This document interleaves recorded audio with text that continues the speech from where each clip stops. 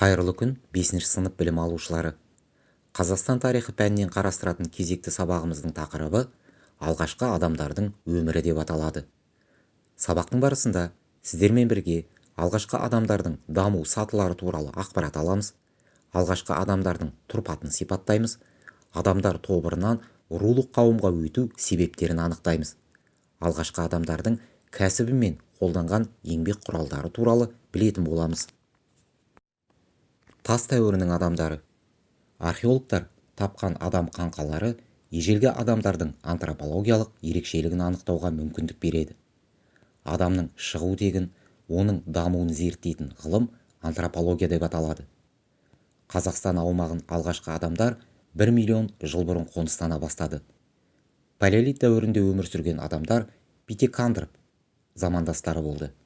Питекантроптың қол-аяғы қазіргі адамға ұқсас болғанымен бас сүйегінде елеулі айырмашылықтар болды. Оның жақ сүйегі үлкен, маңдайы жазық, желкесі шығыңқы болды және аздап сөйлей білді. Питекантроп адамдарының тұрақтары батыс Қазақстандағы Шақпақ-Ата, оңтүстік Қазақстандағы Тәңірқазған мен Бөріқазғанда табылды. Уақыт өте келе алғашқы адамдар антропологиясында елеулі өзгерістер орын алды. Питекантроптың орнын неандерталь адамы басты. Оның ми көлемі 1200-1600 шаршы сантиметрге жетті. Шамамен 135 мың жыл бұрын өмір сүрді. Неандертальдықтар қайтыс болған адамды жерлеуді білді және о дүниеде өмір бар деп сенді. Бұдан 40-35 мың жыл бұрын ойлау қабілеті жоғары кроманьон саналы адам қалыптасты. Бойы ұзын, маңдайы жазық болды. Аң аулауды, баспаналар тұрғызуды, жартасқа суреттер салуды білді. Ең алғашқы ұжым тобыр. Ежелгі адамдардың өмірі қиын болды.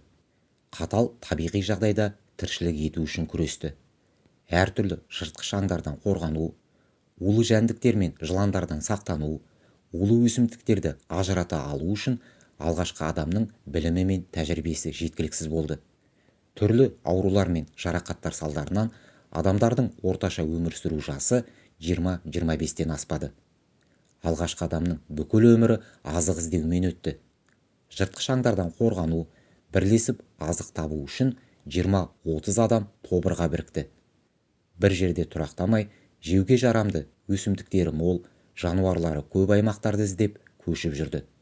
Тобырдың кемшін тұсы да болды. Табылған азықты алдымен күштісі тартып жеді. Жаралылар мен науқастарға жеткілікті көңіл бөлінбеді. Тобырдың құрамы тұрақты болған жоқ. Бөлінген адам басқа тобырға қосылды, немесе басқа тобырдан адамдар келіп қатарын толықтырып отырды. Алғашқы рулық қауым. Саналы адамның қалыптасуы тұсында адамда туыс деген түсінік пайда болды. 40 мың жыл бұрын тобырдан бір атадан тараған адамдар тобы бөлініп руға айналды. Ру адамдардың әлеуметтік ұйымдасуының алғашқы формасы. Адамның өмірінде рудың маңызы жоғары болды. Әрбір мүшесі ру тарапынан қамқорлыққа алынды. Алғашқыда руда аналардың рөлі жоғары болды. Отты өшірмей шоғын сақтау, сүйектен жасалған инемен киім тігу, жеуге жарамды жеміс-жидектерді теру, құстардың жұмыртқаларын жинау үлкен ұқыптылықты талап етті. Мұндай жұмыстарға әйелдер икемдеді. Тас дәуірі тұрақтарынан әйелдердің мүсіндерінің табылуы олардың қоғамдағы орнының ерекше болғанын дәлелдейді. Ру мүшелері қауіпті жағдайларда бір-бірін қорғады. Азық-түлік пен еңбек құралдары ру мүшелері арасында тең бөлінді. Адамдардың өмірі жеңілдеді. Ру ішінде тәжірибесі мол қариялардың беделі артты. Ол салт-дәстүрлердің сақталуын қадағалады. Руға қатысты барлық мәселелер жалпы жиналыста шешілді. Ру мүшелерінің арасынан бірлік пен тәртіп арқылы адамдар көптеген қиындықтарды жеңіп, дамудың жаңа деңгейіне көтерілді. Қаратау жотасы Қазақстан аумағындағы алғашқы адамдардың мекені. Жамбыл облысындағы Арыстанды өзенінің бойы мен Қаратау жотасынан бұдан 1 миллион жыл бұрын өмір сүрген алғашқы адамдар жасаған еңбек құралдары табылды. Олардың ішінде үшкірленген тастар, шапқы, кескіш, шоқпар, аң сүйектерінен ойылған үшкір құралдар бар. Алғашқы адамдар еңбек құралдарын жасар алдында қолға ұстауға, өңдеуге ыңғайлы үшкір тастарды таңдап алды. Себебі Қаратау жотасы мықты және сапалы минерал болып табылатын қара түсті шақпақ тастарға бай еді. Алғашқы адамдардың кәсібі. Ежелгі адамдардың алғашқы кәсібі терімшілік болды.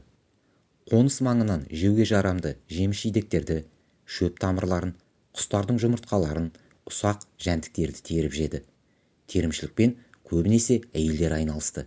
Олар улы және жеуге жарамды азықтарды ажырата білді. Ер адамдар жайылып жүрген бұғы, арқар, мамонт, бизон, тағы басқаларды аулады. Олар аңдарды жарға, тау шатқалдарына қарай қуып, қаумалап ұстады. Аңдарды отпен үркітіп, терең орға түсіру, биік құздан құлату тәсілдерін пайдаланды. Аңдардың сүйектерінен еңбек құралдарын жасады. Терісі өңделіп, төсеніш, жапқыш, киім тігілді. Шақпақ тастарды бір-біріне соғып, ұшқын шығарды. Ағашты ағашқа үйкеп, от шығарды. Оған дейін отты өшіріп алмас үшін үңгірде кезектесіп алауды күзетіп отырды. Мол етіп кепкен ағаштардың бұтақтарын жинады. Тапсырма. Алған білімімізді бекіту үшін сол жақтағы ұғымдарды оң жақтағы жауаптармен сәйкестендірейік.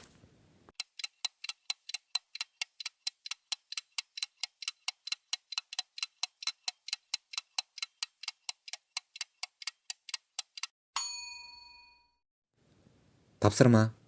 Алған білімімізді бекіту үшін сол жақтағы ұғымдарды оң жақтағы жауаптармен сәйкестендірейік.